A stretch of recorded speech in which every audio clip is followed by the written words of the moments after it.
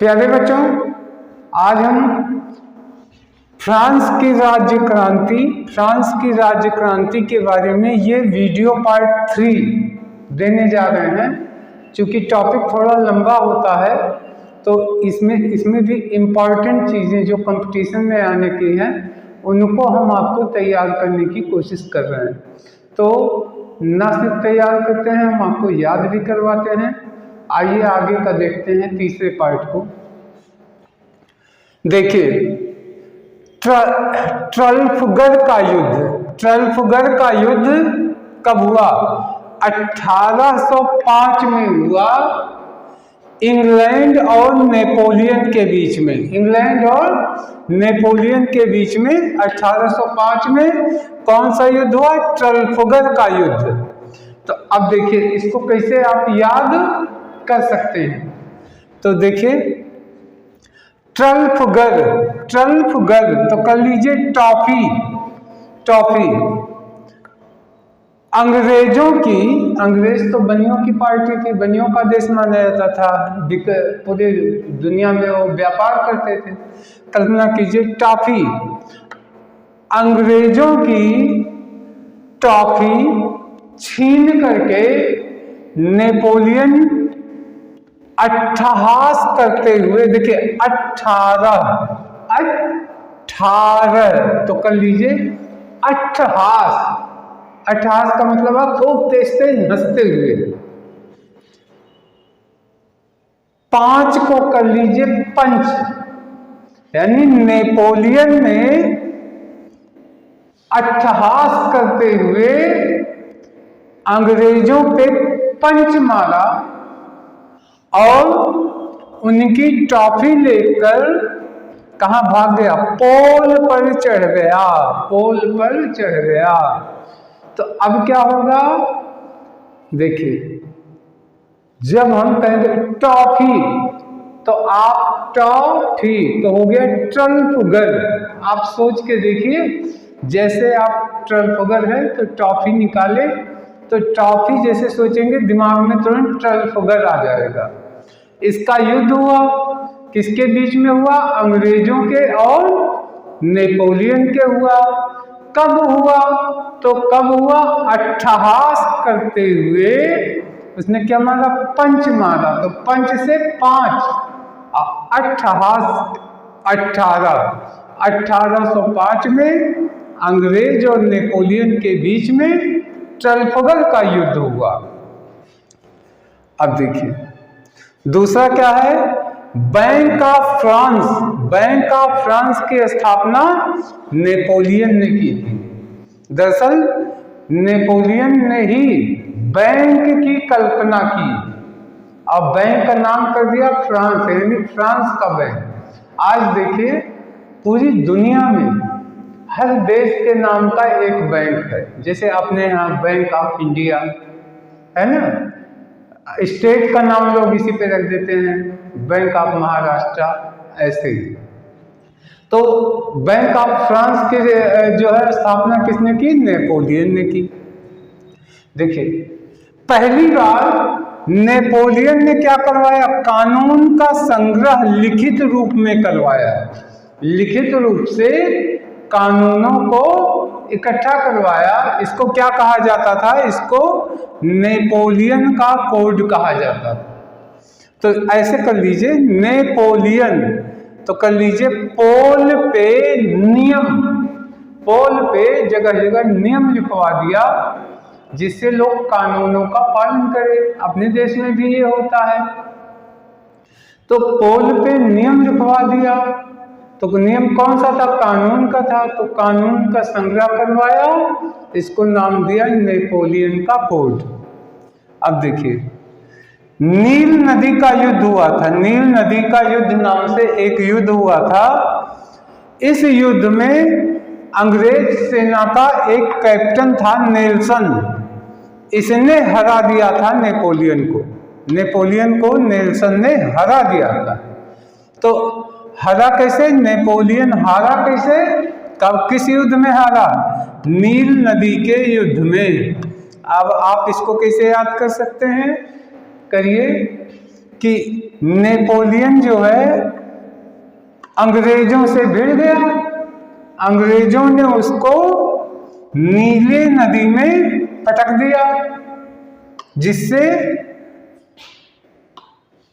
उसका रंग भी नीला हो गया। पोल, पोल है ना, तो पोल का कलर नीला हो गया। तो नील नदी के किनारे नेपोलियन को पहली हार मिली। अंग्रेज कैप्टन नेल्सन ने इसको हराया था। उसके बाद फिर कौन सा युद्ध हुआ? लिपजिंग का युद्ध हुआ। लिपजिंग का युद्ध हुआ, किसके बीच में हुआ था? नेपोलियन और यूरोपीय राष्ट्र, एक यूरोप के सारे राष्ट्र मिलकर के एकजुट हो गए। तो सारे यूरोपीय राष्ट्र और नेपोलियन के बीच में ये युद्ध हुआ था। और इस युद्ध को क्या कहते हैं? लिपजिंग। लिपजिंग। तो इसको कैसे याद कर सकते हैं? कर लीजिए, नेपोलियन का अपने पड़ोसियों के साथ क्या हो गया? लपड़ झपड़ हो गया, लपड़ थप्पड़। तो अक्सर को कहते हैं लपड़ झपड़ हो गया। तो लपड़ झपड़, ला, तो जैसे ला सोचिएगा तो तुरंत आ जाएगा लिपजिंग, लिपजिंग। अब देखिए, और इसके बाद क्या हुआ कि यूरोपीय राष्ट्रों ने नेपोलियन को हराया और नेपोलियन को बंदी बना लिया। बंदी बना करके एक टापू थी एल्बा, एल्बा टापू पर भेज दिया। लेकिन ये जो है एल्बा टापू से फरार हो गया। फरार होके फ्रांस पहुंच गया और पुनः वह फ्रांस का सम्राट बन गया। तो लिपजिंग का युद्ध यूरोप और नेपोलियन के बीच में हुआ, जिसमें नेपोलियन हारा गया, बंदी भी बना। इसको कहाँ भेज दिया गया? एल्बा की टापू पे, क्योंकि वहां से फरार होके ये बाहर आया। एक बार आशा है दिमाग में बैठ भी गया होगा, क्योंकि घटनाएं रोचक हैं, इसलिए कोई ऐसी चीज नहीं है, लेकिन संभवतः याद हो गया होगा आपको। एक बार पहले इतना रिवाइज करते तो आगे बढ़ते हैं। देखिए, ट्रफलगर का युद्ध। ट्रफलगर का युद्ध अंग्रेज और नेपोलियन के बीच में हुआ। कब हुआ? 1805 में हुआ। तो 1805 को मतलब अट्ठहास करते हुए पंच मार दिया अंग्रेजों को। उनकी क्या खींच लिया? टॉफी चुरा लिया और पोल पे चढ़ गया नेपोलियन। पोलियन में पोल, ठीक। उसके बाद जो है नेपोलियन ने बैंक ऑफ फ्रांस की स्थापना की। फिर नेपोलियन ने कानून का संग्रह करवा के नेपोलियन का कोड कहा गया, कोड ऑफ नेपोलियन, ये इसको भी बनवाया। इसके बाद नेपोलियन को हराया किसने? एक अंग्रेज कैप्टन, वो नेल्सन नाम का था, उसने इसको हराया। उसके बाद और किस युद्ध में हराया? नील नदी के युद्ध में। इसके बाद लिपजिंग का युद्ध। लिपजिंग का युद्ध यूरोपियन राष्ट्र और नेपोलियन के बीच में हुआ, जिसमें नेपोलियन को बंदी बना के एक टापू था एल्बा, वहां भेज दिया गया और वहां पे ये क्या किया? वहां से फरार होके पुनः नेपाल का सम्राट बना। अब आगे देखते हैं, आते हैं। देखिए, वाटरलू का युद्ध कब हुआ था? देखिए, वाटरलू का युद्ध कब हुआ था? 1815 में वाटरलू का युद्ध हुआ था। किसके बीच में हुआ? नेपोलियन वर्सेस मित्र राष्ट्र। ये सारे मित्र राष्ट्र यानी यूरोप के सारे देश इकट्ठे होकर के वाटरलू का युद्ध लड़े थे 1815 में। इसमें इन्होंने नेपोलियन को बंदी बना लिया और उसे सेंट हेलेना द्वीप भेजा। सेंट हेलेना द्वीप भेजा, वहीं पे 1821 में इनकी मृत्यु हो गई। देखिए, ये इंपॉर्टेंट क्वेश्चन है। वाटरलू का युद्ध कब हुआ? तो वाटरलू का युद्ध 1815 में हुआ। अब देखिए कैसे याद कर सकते हैं। देखिए, नेपोलियन था तो कर दीजिए, नेपोलियन जो एक पोल पे चढ़ के हंस रहा था, क्या हंस रहा था? 18, 18 माने अट्ठहास, अट्ठहास कर रहा था। तो क्या हुआ कि 15 लोग आए, 15 लोग आए और उससे कहा आओ तुम्हें वाटर पिलाएं। जब वो वाटर पीने नीचे आया तो उसको पकड़ के बंदी बना लिया। ठीक, कैसे? नेपोलियन कहाँ बैठा था? एक नेपोलियन, तो पोलियन में पोल छिपा, एक पोल पे चढ़ के बैठा हुआ था। तो कर लीजिए, और अट्ठहास कर रहा था खूब तेज तेज। तो 15 लोग, पड़ोसी राज्य के सारे 15 लोग उसके पास आए और कहने लगे ये वाटर आपके लिए लाए हैं और बहुत कोल्ड कोल्ड वाटर है, इसको पी लीजिए। तो पीने के लिए उतर आए नीचे, तो पकड़ के बंदी बना लिए। फिर कहाँ भेज दिए? सेंट हेलेना द्वीप पर भेजे। सेंट हेलेना, तो इसको कर सकते हैं एक द्वीप पर भेजा जहां बड़ी बड़ी व्हेल थी, बड़ी बड़ी व्हेल थी, और इसीलिए वहां से वो भाग नहीं पाया क्योंकि व्हेल मछली खा जाती, तो वहीं रह गया और वहीं पे वो मर गया।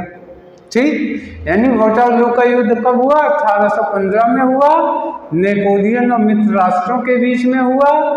इसके बाद नेपोलियन को फिर बंदी बनाया गया और इसको सेंट हेलेना द्वीप पे भेजा गया और वहीं पे 1821 में ये मर गया। मुख्य रूप से नेपोलियन के पतन का कारण कहां से शुरू हुआ? तो नेपोलियन के पतन का कारण हो गया उसका रूस पर आक्रमण करना। रूस पे जब उसने आक्रमण किया तो फिर वहां से जीत नहीं पाया और वहीं से इसके पतन का शुरू हो गया। इसके बाद जो है नेपोलियन ने एक काम किया था, बहुत इंपॉर्टेंट काम किया था अंग्रेजों को टक्कर देने के लिए, क्योंकि अंग्रेज लोग ही महाद्वीपीय व्यापार करते थे। यूरोप से एशिया महाद्वीप में भी उनका काम था, अमेरिकी महाद्वीप में भी था, अफ्रीकी महाद्वीप में भी था, उन्हीं का राज्य था। तो उनको काउंटर करने के लिए नेपोलियन ने भी महाद्वीप में व्यापार की व्यवस्था शुरू की, जिससे उनके जैसा हमारे यहाँ से भी व्यापार शुरू हो, उनका व्यापार थोड़ा सा डाउन हो।